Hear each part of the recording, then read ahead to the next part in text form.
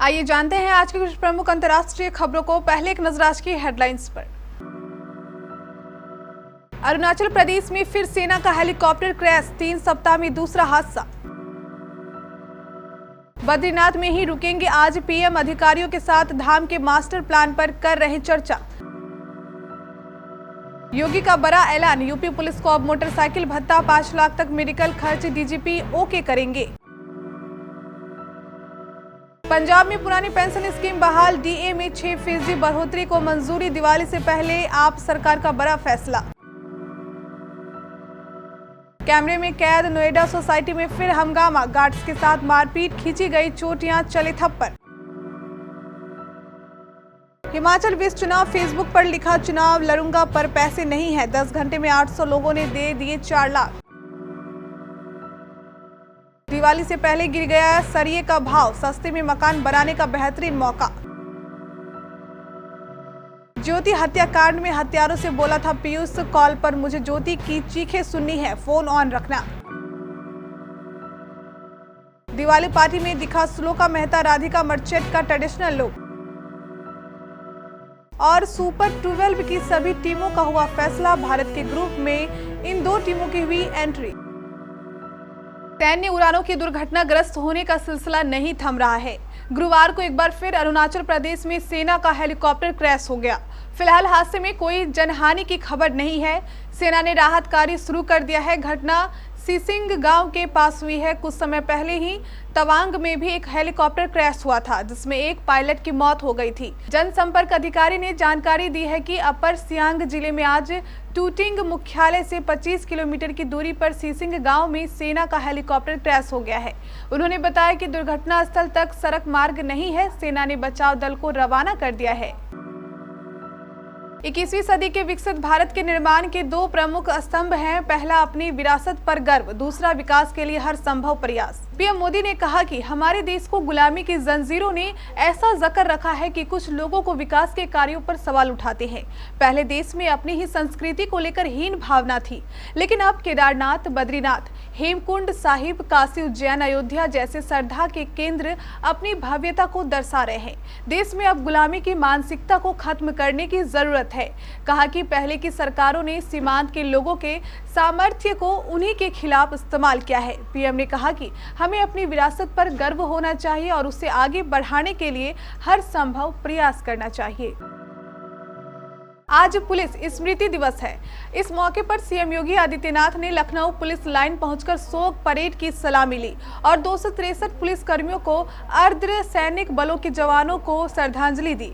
CM योगी ने police कल्याण से जुड़े कई ऐलान किए। इनमें पुलिस कर्मियों को अब साइकिल भत्ते की जगह 500 रुपए मोटरसाइकिल भत्ता और चिकित्सा खर्च प्रतिपूर्ति का आसन बनाते हुए 5 लाख रुपए तक के मेडिकल खर्च को डीजीपी द्वारा स्वीकृत किए जाने की घोषणा शामिल है।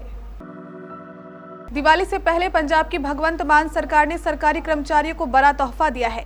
दरअसल कैबिनेट की मीटिंग में पुरानी पेंशन स्कीम को बहाल करने का फैसला लिया है। इससे लाखों कर्मचारियों को सीधा फायदा होगा। भगवंत मान सरकार ने पुरानी पेंशन स्कीम बहाल करने के साथ ही कर्मचारियों के डीए में 6% बढ़ोतरी को भी मंजूरी दे दी है। पंजाब के सीएम भगवंत मान ने आज पंजाब कैबिनेट की बैठक में अपने कर्मचारियों के लिए ऐतिहासिक फैसला लिया है। आम आदमी पार्टी की सरकार पुरानी पेंशन योजना को बहाल करने जा रही है। उन्होंने कहा कि कैबिनेट ने इस फैसले को सैद्धांतिक मंजूरी दे दी है। हम अपने कर्मचारियों के साथ खड़े हैं। हमने जनता से जो वादा किया है उसे पूरा किया जाए। नोएडा की एक सोसाइटी के निवासी बुधवार को एसोसिएशन चुनाव को लेकर हुए विवाद के बाद सुरक्षा गार्डों से भिड़ गए। का वीडियो सामने आया है, जिसमें सेक्टर 78 की हाइट पार्क सोसाइटी में हुआ बवाल कैद हुआ है। एक महिला को एक महिला गार्ड के बालों को खींचते और कम से कम 2 अन्य गार्डों को थप्पड़ मारते देखा गया। गार्डों की कथित मारपीट में 2 महिलाएं भी जख्मी हो गई है। रेसिडेंशियल वेलफेयर एसोसिएशन पद के चुनाव को लेकर विवाद निवासियों के 2 समूहों के बीच था और गार्ड ने कथित तौर पर झड़प के दौरान उनमें से एक का पक्ष लिया। निवासियों ने गार्ड्स पर चुनाव में धांधली करने का भी आरोप लगाया। भाजपा से टिकट न मिलने पर बिलासपुर सदर से सुभाष शर्मा ने निर्दलीय चुनाव लड़ने का ऐलान कर दिया है। सुभाष शर्मा शुक्रवार को अपना नामांकन करेंगे। पार्टी से अनदेखी पर उन्होंने फेसबुक पर लिखा कि वह चुनाव तो लड़ना चाहता है, लेकिन उसके पास पैसे नहीं है। इसके साथ ही उन्होंने अपना बैंक खाता नंबर भी शेयर किया।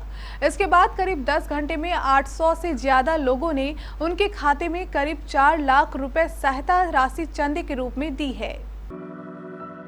देश में फेस्टिवल सीजन चल रहा है और दिवाली आने में 2 दिन बाकी है। इस दौरान ज्यादातर चीजों पर छूट चल रही है।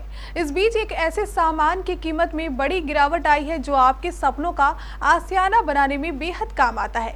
हम बात कर रहे हैं सरिया स्टील की। दिवाली से इन पहले इसकी कीमतों में बड़ी गिरावट आई है, यानी अब आपके लिए मकान तैयार करने में होने वाला खर्च कम हो जाएगा। पीटीआई पर स्टील मिंट के हवाले से कहा गया है कि स्टील की कीमत में लगातार कमी देखने को मिल रही है। बीते 6 महीनों की बात करें तो इसके दाम में 40% तक की गिरावट आ चुकी है और ये 57,000 रुपए प्रति टन रह गया है। पीयूष ने भाड़े के हत्यारों से कहा था कि मुझे ज्योति की चीखें सुननी है, इसलिए फोन ऑन रखना। यह बात पीयूष ने कस्टडी रिमांड पर लेने के दौरान बताई थी। पूछताछ में उसने बताया कि भाड़े के हत्यारों ने उससे यह पहले ही तय कर लिया था कि जब वह ज्योति की हत्या करे तो फोन ऑन रखे, जिससे पीयूष ज्योति की चीखें सुन सके। पीयूष ने पुलिस को यह भी बताया कि जब आरोपियों ने उसे चाकू मारा तब ज्योति चिल्ला रही थी, पीयूष मुझे बचा लो, प्लीज मुझे बचा लो। पुलिस पूछताछ में पीयूष ने ये राज भी खोला था कि मनीषा ने उससे ज्योति को रास्ते से हटाने के लिए कहा था। उसने कहा था कि अगर हमें एक होना है तो ज्योति को जाना ही होगा। दिवाली का फेस्टिवल सीजन शुरू हो चुका है। बॉलीवुड में भी पार्टियों का सिलसिला जारी है। बीती रात मशहूर फैशन डिजाइनर मनीष मल्होत्रा के घर पर दिवाली पार्टी की रौनक दिखी। यहाँ बॉलीवुड के नामी सितारों ने शिरकत की। सभी एक्ट्रेस के एक से बढ़कर एक ट्रेडिशनल लुक वायरल हो रहे हैं। इस पार्टी में आकाश अंबानी की पत्नी श्लोका मेहता भी पहुंची थी। श्लोका मेहता दिवाली पार्टी में अनंत अंबानी की मंगेतर राधिका मर्चेंट संग पहुंची। दोनों ने साथ में पेपराजी को पोज दी। स्टार पार्टी में श्लोका मेहता और राधिका मर्चेंट ने दिवाली पार्टी के लिए मनीष मल्होत्रा के लेटेस्ट कलेक्शन को वियर किया था। T20 वर्ल्ड कप 2022 के सुपर 12 स्टेज में भाग लेने वाली सभी टीमों का फैसला हो गया है। जिम्बाब्वे सुपर 12 में पहुंचने वाली आखिरी टीम रही। क्रेग इरविन की अगुवाई वाली जिम्बाब्वे ने हॉबार्ट में हुई मैच में स्कॉटलैंड को 5 विकेट से हराकर यह उपलब्धि हासिल की। जिम्बाब्वे से पहले श्रीलंका, नीदरलैंड और आयरलैंड ने भी क्वालिफाइंग राउंड जीतकर सुपर 12 के लिए क्वालिफाई किया था। इन 4 टीमों में से भारत के ग्रुप में जिम्बाब्वे और नीदरलैंड को एंट्री मिली है, वहीं श्रीलंका और स्कॉटलैंड को ग्रुप 1 में जगह मिली। जिम्बाब्वे ने क्वालिफाइंग राउंड 1 के ग्रुप बी में पहला स्थान हासिल किया। इसके चलते उसे सुपर 12 स्टेज के ग्रुप 2 में एंट्री मिली है, जिसमें भारत, पाकिस्तान, साउथ अफ्रीका, बांग्लादेश की टीमें शामिल हैं।